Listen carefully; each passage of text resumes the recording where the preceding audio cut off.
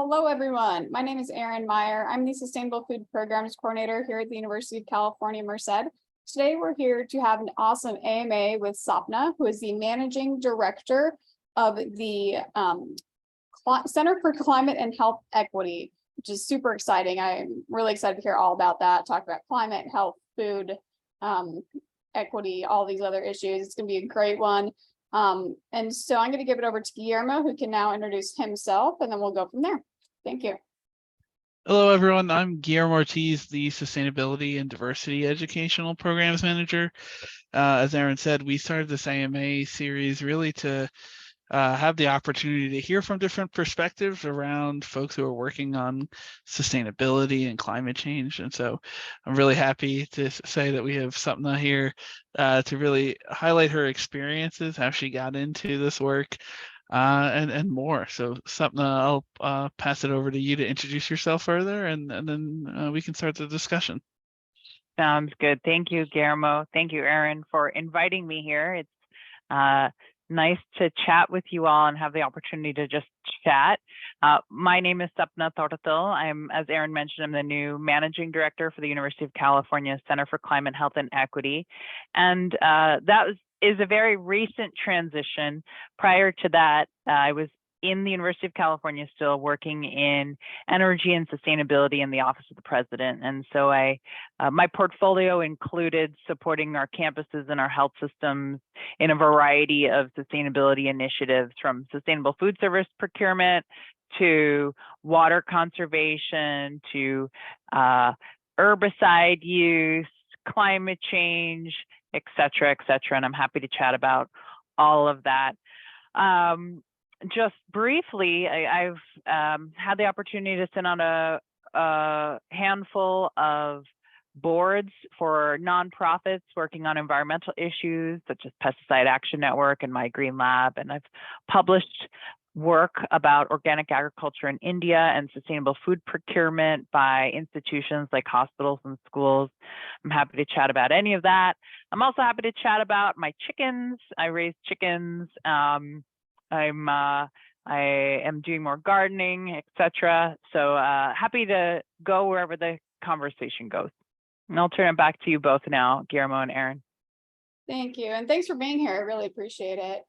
All right. So anyone can go ahead and either put their questions directly in the chat. They can do the little raise their hands thing, or you can raise your real hand on video. So feel free if you've got any questions lined up.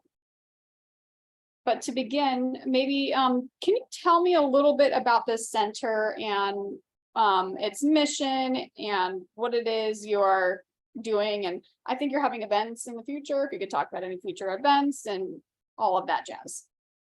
Sure. So I'm at this new center called the Center for Climate, Health, and Equity. It had its formal launch just a few months ago in the spring, and it is aiming to be a hub for resources, knowledge about the intersection of climate, health, and equity in the University of California. We have a lot of faculty and a lot of research that are dedicated to climate change and climate and health, but the center is aiming to be this organizing entity for it. We're relatively new. That's my goal for it. And while we're getting to that state, we have started out with 4 areas of work, or 4 pillars of work. We are concentrating on research and, of course, looking into research about the intersection of climate, health, and equity. And that, can take a variety of forms, looking at the impact of wildfire smoke, for example, on populations and whether or not health systems are equipped to respond to what is likely going to be a surge of people from the community needing to be in the hospital because of high heat temperature days or wildfire smoke events, etc. There's a second pillar is related to policy. We really want to translate our research into action and have an open dialogue with regulators, folks in the public health departments throughout the state of California. And we also want to do analysis on what's missing from policy, where there are opportunities to take more climate action around policy. And the third pillar of work is around healthcare operations. So the health sector itself has a climate footprint. I've read estimates of, from 4 to 5% globally, and the U.S. Has outsized weight in that percentage. And so we need to think about, how do we decarbonize as a health sector? How do we reduce our emissions, et cetera? So that's another area of work. And the fourth area of work is education. How do we build curricula that brings to students and healthcare professionals in training, the importance of really thinking about climate change, the intersection of climate health and equity, and how do we prepare them to respond to climate emergencies, and talk to their patients about preparing for climate events. So those are our 4 pillars of work, and where we're concentrating our work to start. And we're doing a lot of work in California, but over time, we definitely want to have a national impact and a global impact as well. So I'm the managing director there, and I'm helping to get the operations, the foundation solidified for the center as we're up and running. And I was hired by 2 amazing co-founders, Sherry Weiser, who is a medical doctor at UCSF in San Francisco, General I'm going to mess up the name. I think it's Zuckerberg General Hospital, and Ariane Tehrani, who is faculty in the School of Medicine at UCSF. So I hope I answered all the elements of your question there, Erin. Yeah, so you said you're developing curriculum for students, correct? Correct. So what age range? I know that Jeff Rivero, who's on the call, he is a high school teacher. Hi, Jeff. So he might be interested in that, but of course, we work at UC Merced with a lot of undergrads and graduates. So who is this curriculum developed to? And also, as a kind of aside, speaking about students, do you employ student staff within the center? And how do those folks get engaged? Yeah, thanks for both of those questions. So our ideas, since we just launched, are to support education from K through 12 into college, into health professional education. I know that one of the co-founders, Ariane Tehrani, is really interested in thinking about how to support younger folks, like in K through 12 and high school students in particular, and really thinking about climate anxiety and addressing through education, or providing tools through education to students to deal with climate anxiety and look at the intersection of mental health and climate change. I know that we are really inspired by and have had close relationships with the Bending the Curve curriculum and resources. I don't know if you all are familiar with that. That is a set of work that has come out of UC that aims to bring climate to K through 12 education. The other piece I would say is there's definitely interest in, and there's been a track record of really thinking about integrating climate change into health professional education. Historically, thinking about climate change, thinking about sustainability in general hasn't really been integral to medicine, to the other disciplines in health. And so our center is working with faculty that really want to integrate more of that in. As for how students can get involved in our center, we definitely have student fellowships. We're actually working with 6 or 7 fellows at the moment from throughout the UC system and supporting them on research and pulling them into research projects. And we will be advertising opportunities in our newsletter. Our next newsletter is coming out later this month in December, actually. And I know for a fact that there's at least one fellowship that's going to be advertised in there. Unfortunately, that is a UCSF fellowship, but as I mentioned, know for a fact that we will be having other opportunities, paid fellowship opportunities for students in the future. One of our current fellows is also thinking about how to engage with students system-wide within the UC system. And his name is Chow, is working on developing a list of all the courses available throughout the UC system that look at the topic of climate, health, and equity. And he's going to be putting together that list, and we're going to be sharing that out and putting that on our website so any UC student can see what's available. And we recently learned about how students at one UC can take courses at another UC if the courses are available online. And so he's going to be looking into that and providing information about that as well. So we're hoping that this course list is really useful to students.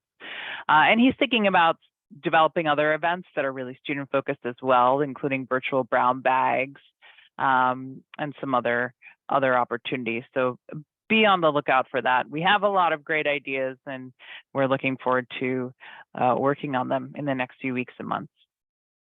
Wow, I'm really excited about that list. What would be even more exciting? I don't know if this is possible, but are those classes probably only for undergrad, correct? Like, could staff attend those? Could who attend those? I missed that, sorry. Like staff, I think it'd be really valuable for our UC Merced and other staff to learn more about climate change, sustainability, health, equity, all of those things. It'd be nice to have some sort of, maybe not geared just specifically to them, but if they could attend that class, I don't know. What are your thoughts on that? I mean, to be honest, I don't know what the rules will be for registering for these classes, but they're not just going to be undergrad classes. There will be graduate courses as well. We're going to be labeling whether the courses are undergrad or grad, and we'll be providing, if available, links to the syllabi and instructor information.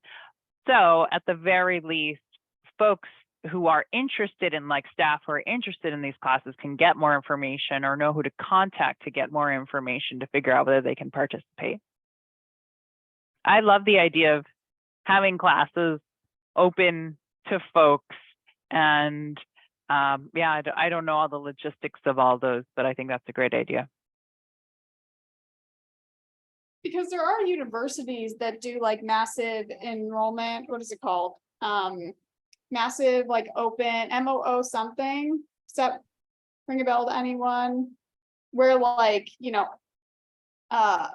Berkeley might have a class on happiness, and it's available to anyone nationwide on some of these websites like Coursera, and so on. So it'd be nice if we could get those offered there. I'll try and find a link to what I'm referring to. Like open access courses, like you don't have to pay for them. Yeah. That the Bending the Curve course is something free. I wonder if these are those types of courses. I'm speculating here.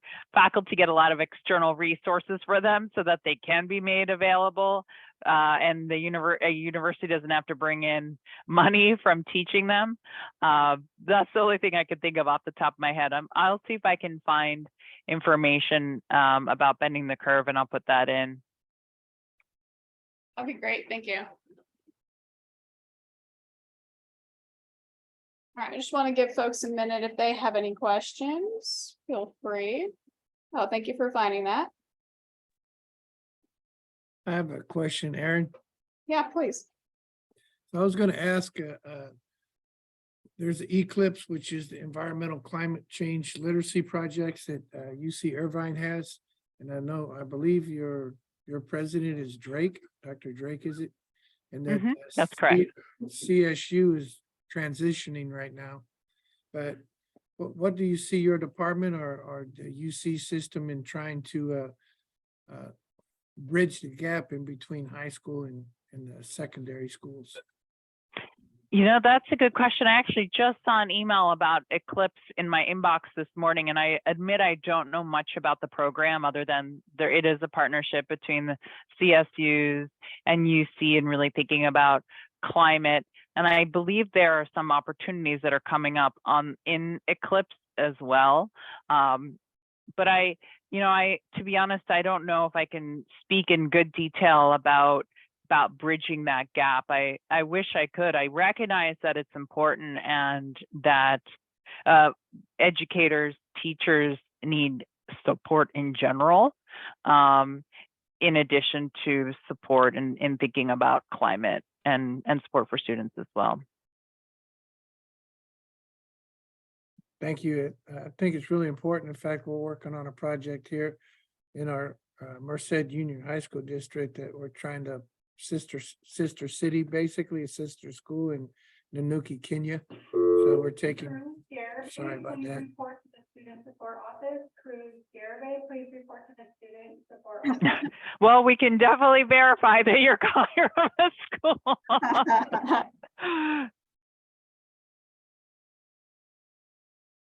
Jeff, you're on mute right now. The all-girl school in Nanuki is in Kenya. Like our system, you have to pay for college. In Kenya, you have to 8th grade your final step, and then you have to pay for high school on up. So it's extremely hard on the girls, especially in the rural areas where they don't even have money, they barter. So for a girl to realistically get into a school is just astronomical, because they have a system there where, the boy comes first. So it's eldest boy, even if there's 3 or 4 girls in front of the boy. And their birth control system is not what we have. So families are huge, 10 to 12. So the girls aren't being educated there. So we're working with empowerment, working with STEM. And the school there, the Raja Academy, the school that we're sistered up with, they take donations, and they have a 95% success rate that a girl that graduates from their school and then graduates from college, 95% of them basically receive a job within 3 months of graduation, which in turn helps the sustainability of the family because they're able to donate that money. So I apologize for going on, but I attended the Eclipse, and I'm hoping that the CSUs and the UCs really start pushing more for a bigger bridge for secondary high school education. Yeah, thank you for sharing that. I completely agree. Supporting students at that level is important here in the States and abroad.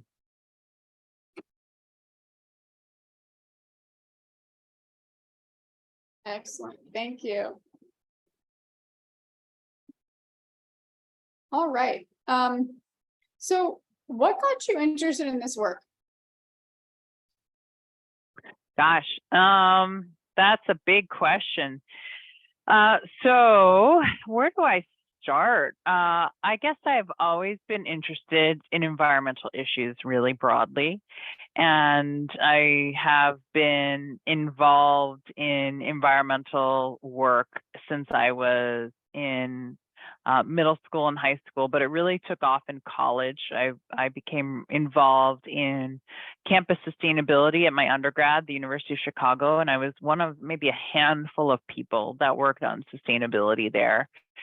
It's a different, the environmental groups had I should say the campus culture was different. There just wasn't as much student activism at that school, University of Chicago, compared to the University of California campuses, for example.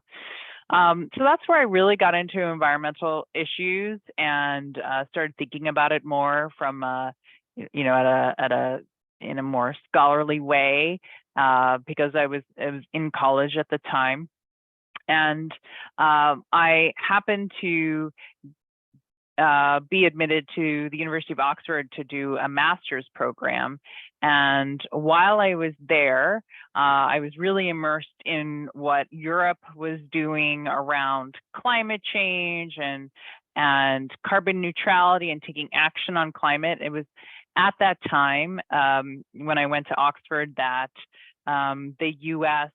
had not signed the Kyoto Protocol, or I should say hadn't ratified the Kyoto Protocol, and the Bush administration was taking out mention of climate change from official EPA documents. And I should back up a little. The reason why that particular thing sticks in my mind is because my first job out of college was working for the US EPA in Washington, D.C.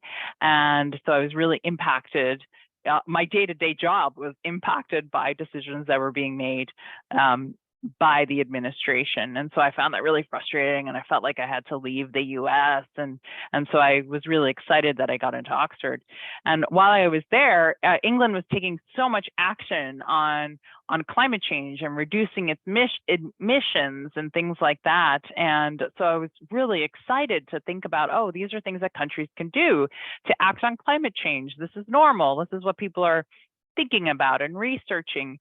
And I also, was doing shopping. So so I have all these things that are going on and what I'm learning and everything. And then I was grocery shopping, and I was buying some tea, and I found a box of fair trade tea with a picture of an Indian woman on it. And I am Indian. That's my racial background. That's how I identify. And this woman was from a part of India where my parents are from. And this woman was smiling, and she was happy. And the box of tea described the sustainability program she was a part of. It was a box of fair trade tea. And it also described how her and her community were being impacted in a more positive way because they were involved in producing fair trade tea as opposed to conventional tea, a tea without any additional labor standards and other sustainability standards. And I was really intrigued by this, and how fair trade tea and even organic tea, there was a whole section of all these ethical teas, how they were so much more prominent in England compared to the US. And so that image just really stuck in my mind. And so that was happening in my mind as well. And my professor, a great mentor of mine, her name is Diana Liverman, was talking to me one day about what some of the debates that Oxfam in England was having. And that was particularly around fair trade products. And Oxfam was trying to figure out whether it was ethical to import food and fair trade products from abroad, because there was ongoing support and pressure, and all this is important as well, from the government, from people in England, to reduce food imports, to reduce imports in general, to cut down on the emissions, the supply chain emissions from things coming into the UK. And so folks in Oxfam are wondering, well, should we be supporting our fair trade program and bringing in food as opposed to growing that domestically? And, should we be reducing our supply chain emissions? Or, especially given the UK's colonial history, should we be supporting farmers in the developing world, et cetera, et cetera? So then there are all these debates. And I wondered, well, what does this farmer think? What does this woman, this producer, this laborer actually think? And so I got into really thinking about sustainable agriculture in India. And so that's where my interest in food really started to get pulled out, because I was always interested in environmental issues and climate change. But then all of a sudden I became much more interested in food and agriculture.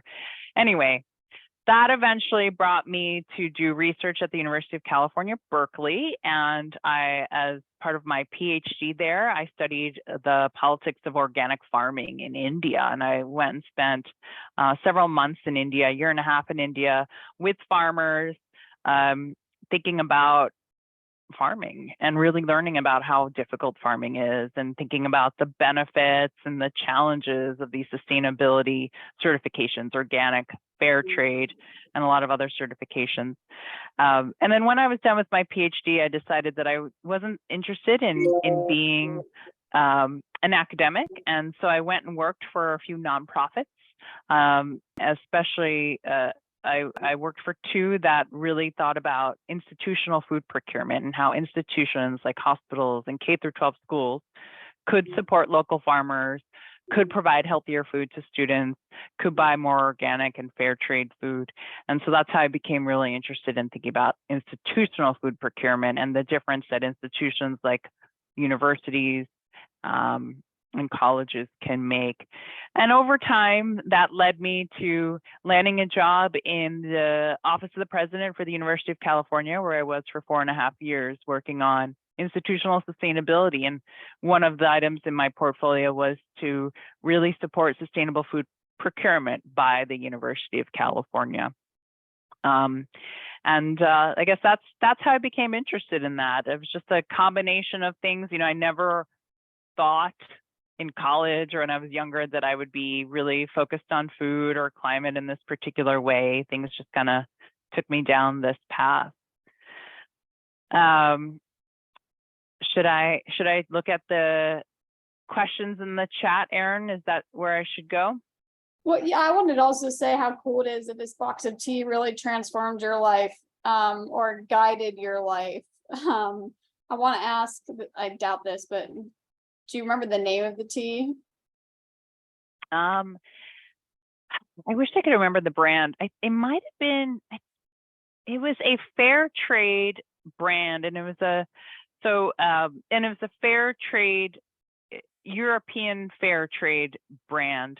The fair trade community has unfortunately experienced a few divisions in the past few years. So I don't remember what that specific fair trade tea was. I don't think it's available in the US, although there is fair trade tea available in the US. And I should say, so, you know, that I cut out a lot of parts of that story. I mean, one of the reasons why this picture really pulled to me is because I mentioned that I'm Indian. That's my racial origin.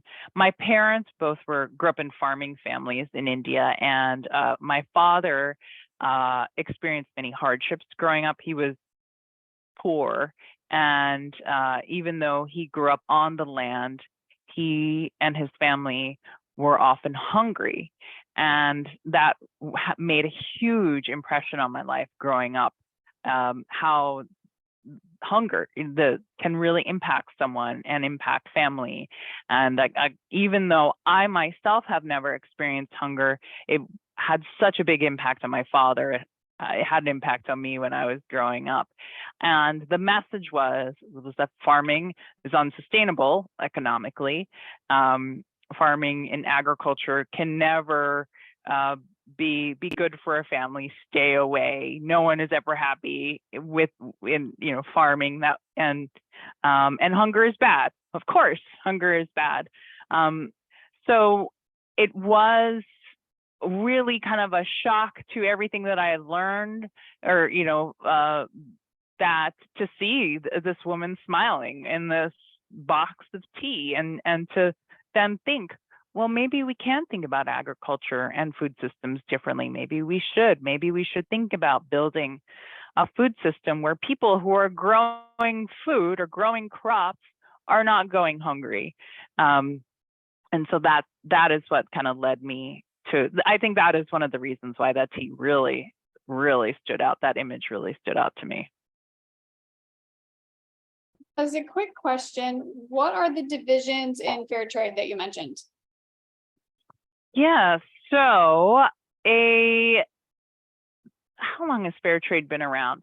There's been a lot of debate in the fair trade movement about what types of farms could qualify for fair trade. Should large scale farms be eligible to get the fair trade certification, or should it be smaller scale farms where workers own all pieces of the production process? So that's been one debate.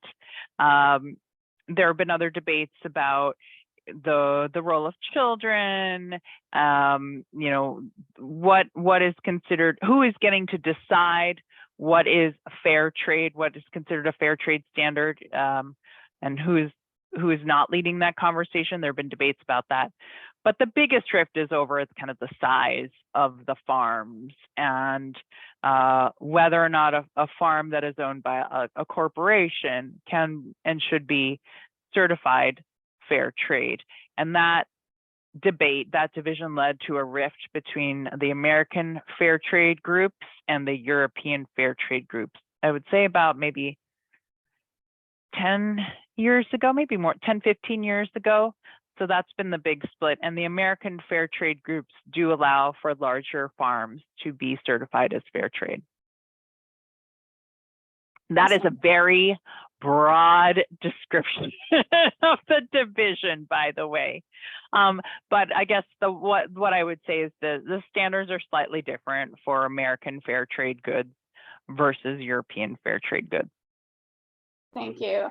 I'm gonna ask you later about book recommendations. So maybe if you have a book recommendation on fair trade, if you want to think on that. But in the interim, let's get to some of these questions in the chat. I also had, I think, 2 come in from the Zoom registration. So we'll start with the first one. How does the research and knowledge of university get transformed to programs in the communities to reduce environmental damage? A really good question and something I've been thinking about as well. You know, universities have a reputation for being the ivory tower. They publish a lot of peer-reviewed research, which is really important, critical, but it stays in journals that are maybe obtuse and don't necessarily get delivered to the public or policymakers. So I do think this is an area where we need to do more work, where, you know, there's so many folks researchers, faculty who get to immerse themselves in critical issues and really spend time thinking about them. So we should think about how do we translate that into policy. How does that happen?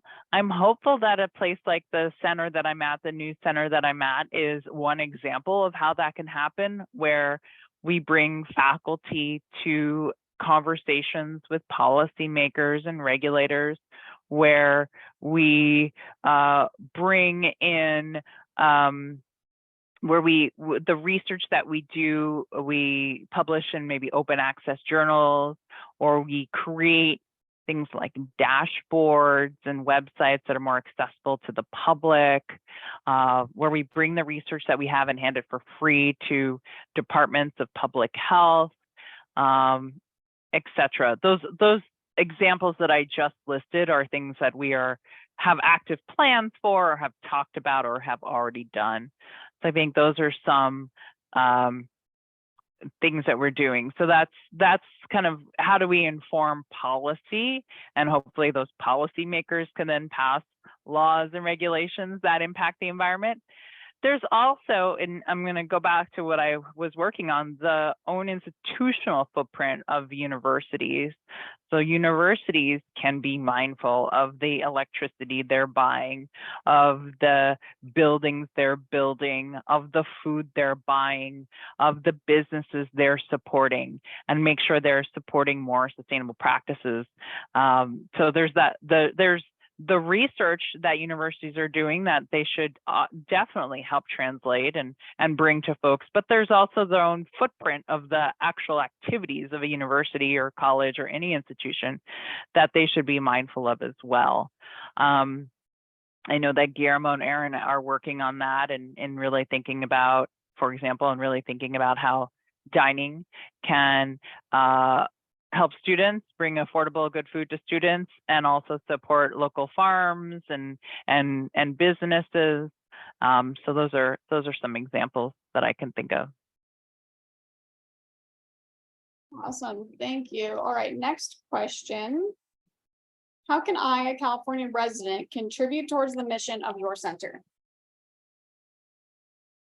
It's a good question. I think something I want to think about. I mean, I can say vague things like read our website, subscribe to our newsletter.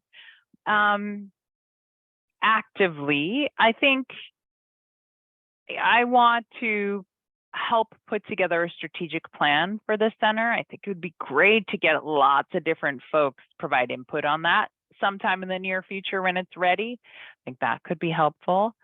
I think it would be great I have ideas on how to engage more folks from the community from within California, maybe being part of focus groups, events. I think your participation in those would be helpful. Those are the things I can think of off the top of my head. To go back to what I said was very broad and vague, please subscribe to our newsletter because I'll make sure to put opportunities in there. We're still in the startup phase, so we have a lot of good ideas, and we're scrambling for funding and have a million ideas coming our way, and we need to focus. So I'm hopeful that in a year I'll have like more concrete answers to questions like that. All right, well, we'll do a follow-up in a year and we'll did you all participate in Giving Tuesday? Is there like a giving link that folks could donate to? We did not participate in Giving Tuesday this year. Okay, well, maybe next year. Awesome. All right, so how much total emissions can be reduced by adapting organic and regenerative agriculture? I don't know.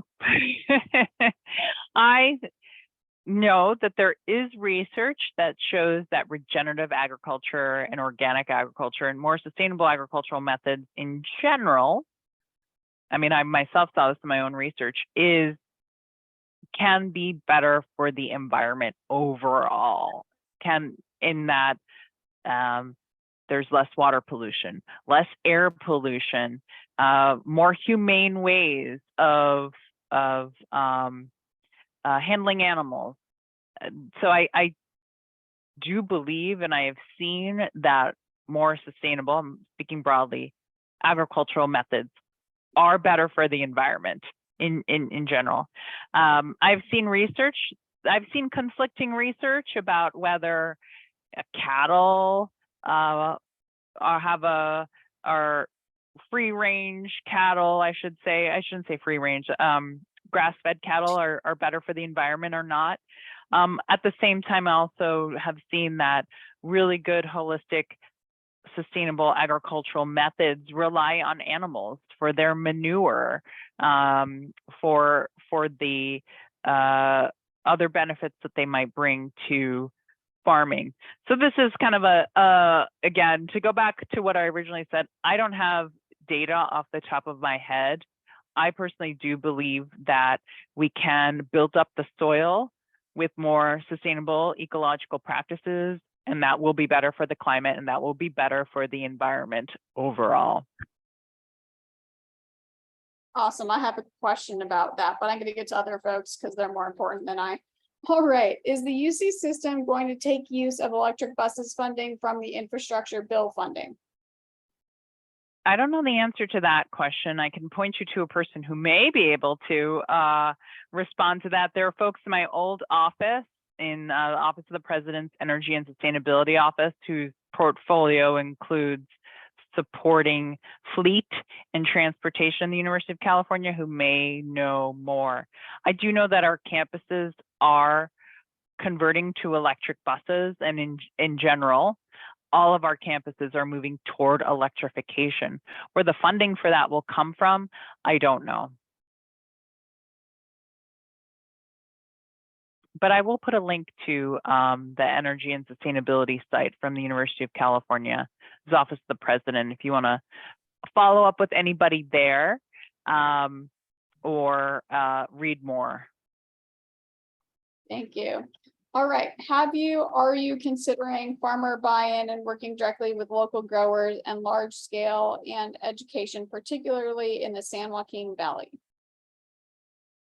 I think I need to hear that question again.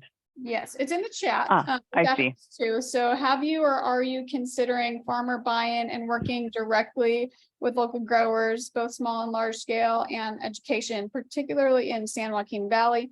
However, Jasmine asked the question and she just came to video, so feel free and put any context or any additional thoughts there. Yeah, I mean, you can answer and then maybe I can continue or kind of provide like probing questions. Yeah, so do you mean for the Center for Climate Health and Equity? Yeah, and then at the local level, like on the UC Merced campus. Got it. The Center for Climate Health and Equity, well, thank you for that question. I think it's really important to really think about personally, engaging with farmers in our work. The Center for Climate Health and Equity doesn't have any projects in the pipeline at the moment working directly with farmers, although I do know that the UC campuses, different UC campuses are working with farmers in different sorts of ways on more local food, on sustainable food. And I don't know, Aaron or Guillermo, if you want to tackle this question.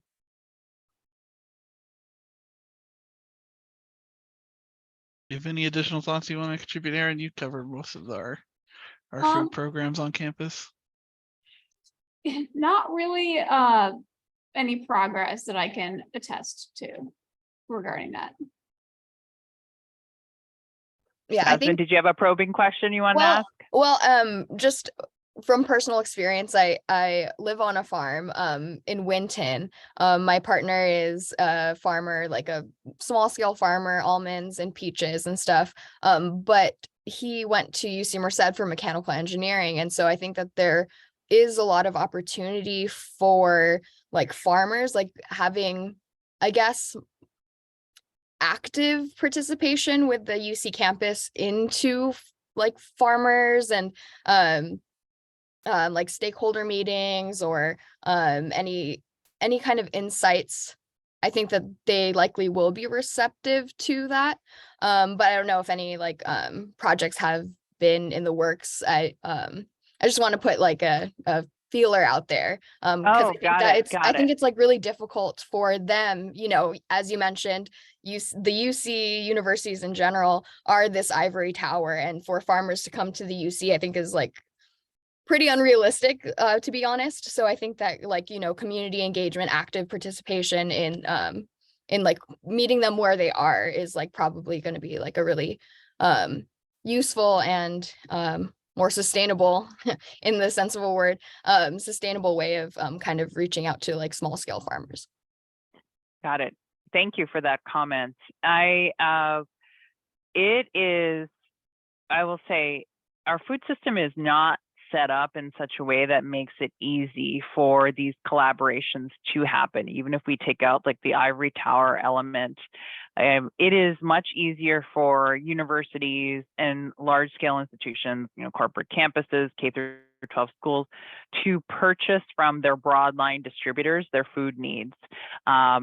These are entities in the supply chain that carry a lot of products from a lot of farmers and can meet lots of demands, you know, demand for fruits that are off season, and they have all the supply chain logistics worked out, like all their transportation, all their warehouses and things like that. And they can aggregate things better, and they've been in the business for a while. It is, and they're able to, again, provide a large volume of things more easily to institutions. I think the challenges with institutions is they need a lot of stuff, and some of them don't necessarily have the resources to process a lot of the like fresh fruits and vegetables in-house. So it has to come up like already processed, like it has to come in like already washed or already cut in a particular way. And these institutions don't necessarily have the storage capacity either. So then, you know, if something's been harvested, where is it going to sit? Is it going to be if an institution doesn't have the capacity for that? I say this all because I don't mean to, this isn't me trying to, these are just big challenges that I know that we have been really thinking about, and there are good people working on the ground that are trying to think about how to overcome them. I haven't even talked about the food safety issues or the budget issues. Look, especially as a public entity, we are really crunched for money, and people have said, well, if you raise prices to support farmers more, then you're going to hurt students, many of whom are food insecure.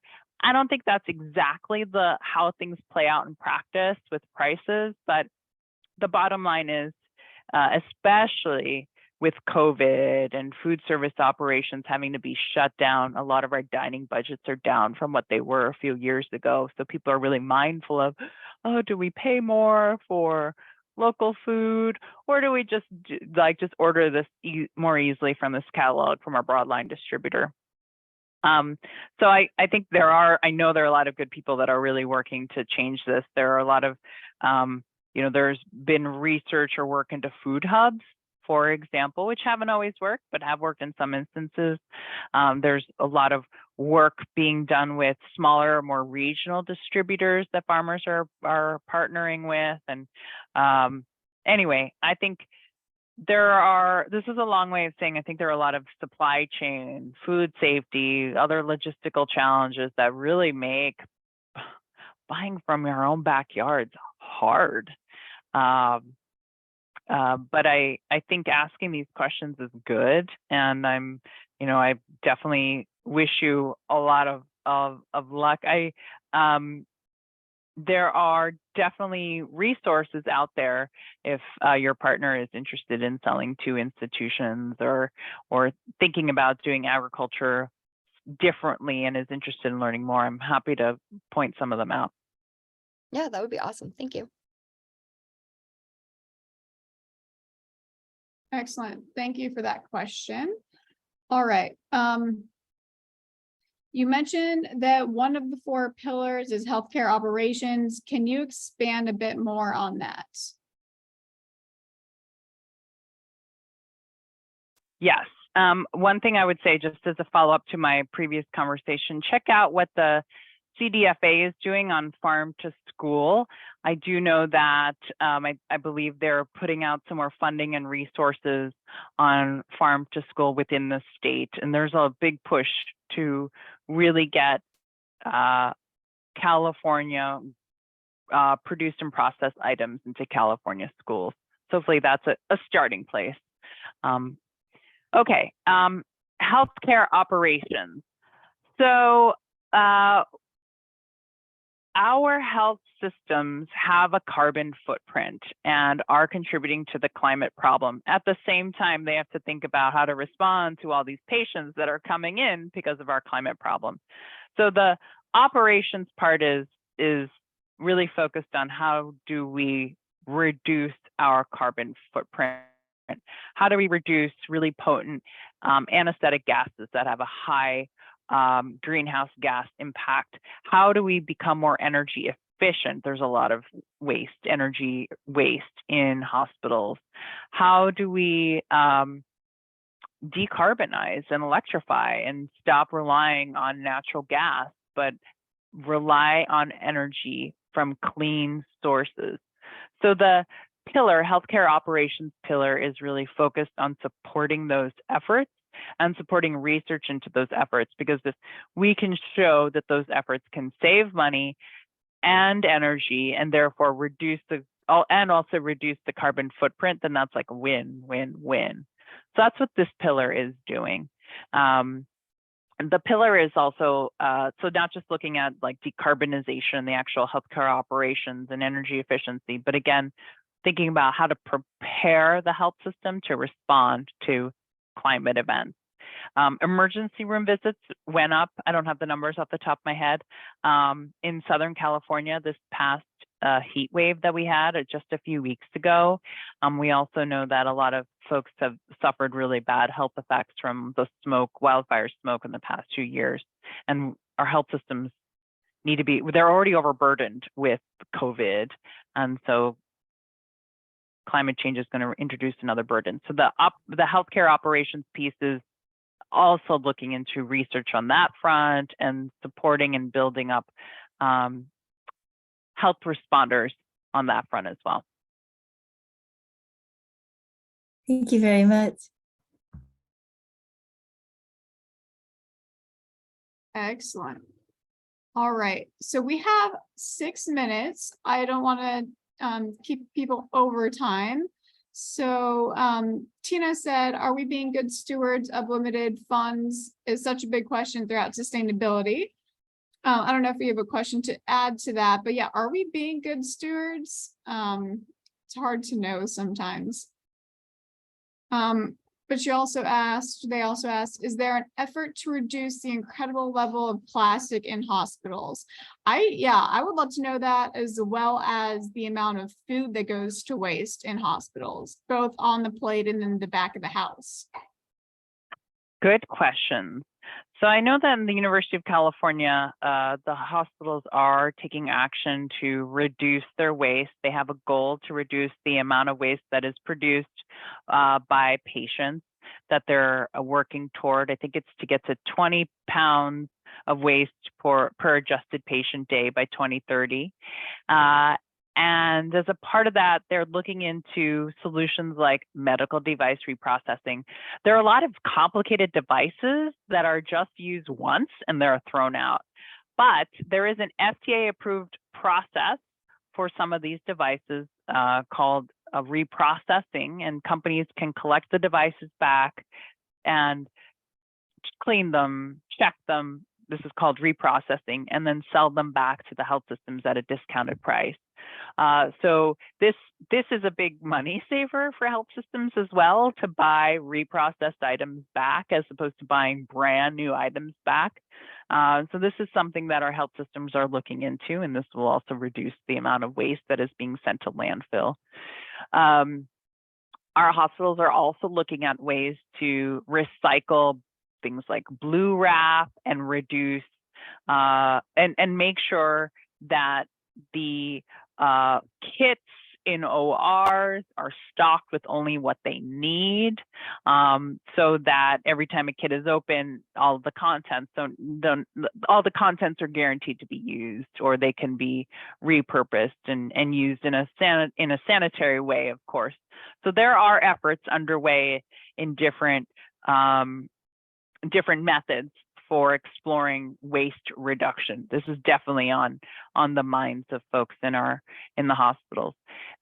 Of course, in our dining, hospital dining and our university dining, there are significant efforts underway to reduce single-use plastics, such as straws, the disposable cups, and other types of food service ware.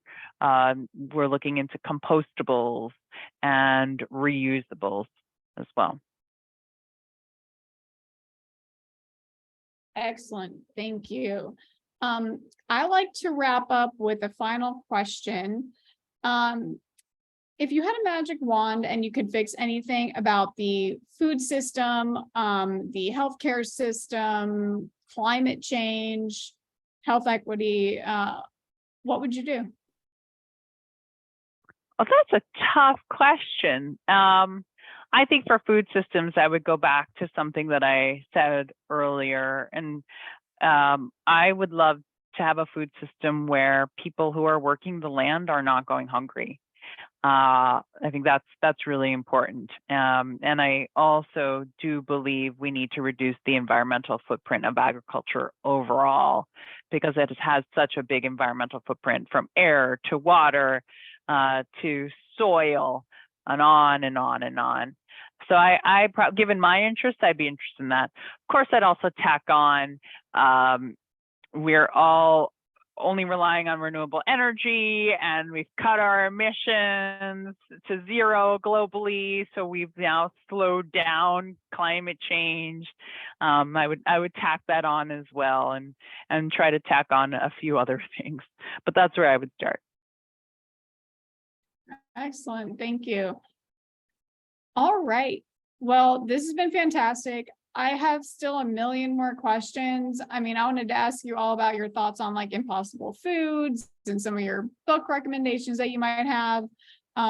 If you were willing, would you be interested in a follow-up later next year or something, like a second round? Sure, I'd be happy to participate in a follow-up. Awesome. All right, because your work is like super interesting to me and everything you do. So I also have a lot more papers of yours to read, so I can read all those by the time we have our next one. Be a little more well-versed. Well, sounds good. Awesome. All right. Well, thank you everyone for attending. I will be sending out an update email with this information, like with the recording and some of the links that we have after this. So look for that. And if we put your email in there, is that okay if people email you if they have further questions? Sure, they could definitely email me. I would say put my UCSF email. You got it. I can do that. Thank you so much. And I hope everyone has a fantastic day. Thank you all. Thank you. Take care, everyone. Have a Bye. good one, everybody.